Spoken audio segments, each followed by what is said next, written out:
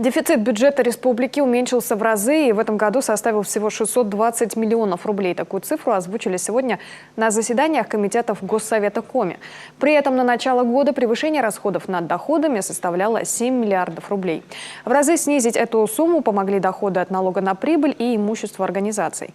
Также большую работу, считают парламентарии, провело Министерство финансов. Долг региона уменьшился на 3 миллиарда рублей. Это помогло снизить выплаты по процентам. Основные изменения на эту сессию – это добавлено 81 миллион рублей муниципалитетам дотации на закуп муниципальной школы оборудования Сыктывкару, Воркуте, Инте, Сыктывдину и Усть-Выме.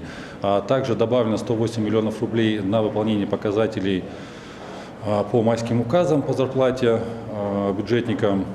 Из них 91 миллион пойдет в муниципалитеты.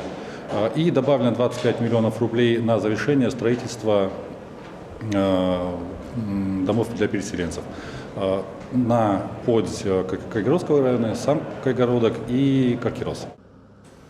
Большое внимание депутаты Госсовета уделили проекту закона о внесении изменений в статью о пользовании участками недр местного значения. Теперь организациям, занимающимся строительством дорог, не нужно проводить аукционы по разработке месторождений песка и щебня. Это, во-первых, сократит сроки. Можно будет делать ремонт и строительство дорог. Не надо будет ждать 30-40 дней. Я думаю, в наших климатических условиях это очень хорошо и для нас, и для жителей, и для городов, и для республики.